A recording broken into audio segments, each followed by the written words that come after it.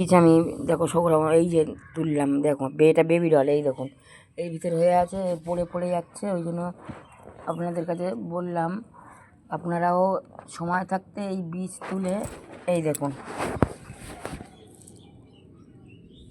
এই দেখুন, এই দেখুন দেখাচ্ছি আপনাদের।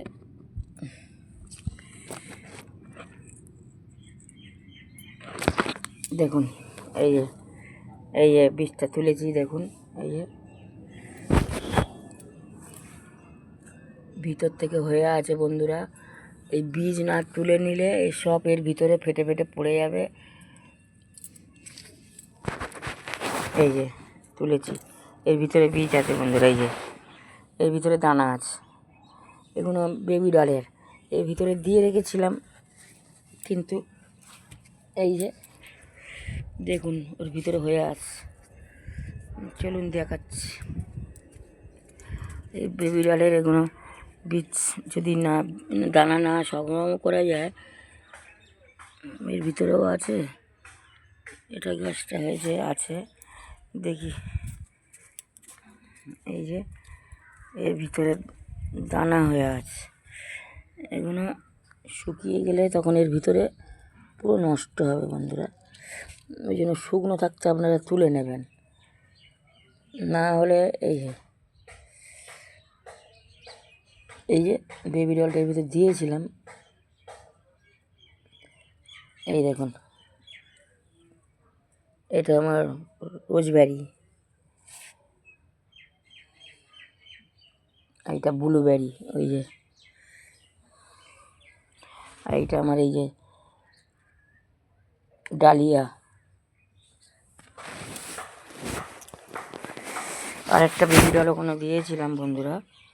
এই যে এই একটা বেবি ডল দিয়েছিলাম, কিন্তু এর কুঁড়ি ভর্তি হয়ে আছে। এই যে আপনারা দেখতে পাচ্ছেন এই কুঁড়ি হলে আমি এটা কুঁড়ি ওর দানা ছোকরা, ওর দানা আমি ঠিক গুছিয়ে রাখবো, আপনাদের দেখাবো। আর এই গোলাপটা সুন্দর ফের হবে, অনেক হয়েছিল আবার হবে।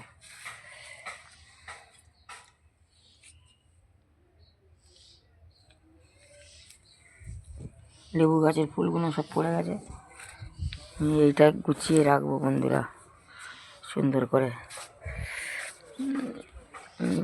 বাগানে এলেই, ছাদ বাগানে এলেই তখন আমার আর অন্য কাজের মন থাকে না বন্ধুরা, সারাক্ষণ এই গাছ নেই। আমার এলাচ গাছটা খুব সুন্দর হয়ে উঠতেছে বন্ধুরা, এই যে এটা আমার এলাচ গাছ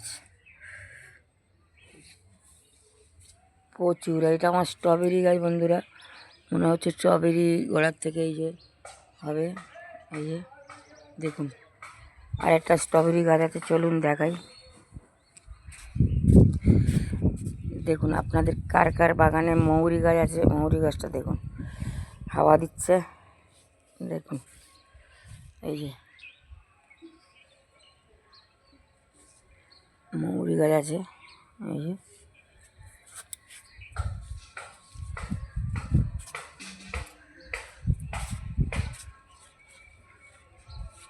চলুন। মৌরি হাওয়া দিচ্ছে বড্ড,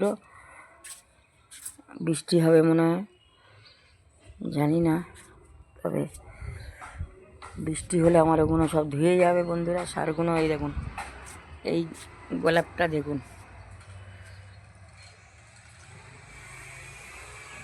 দেখুন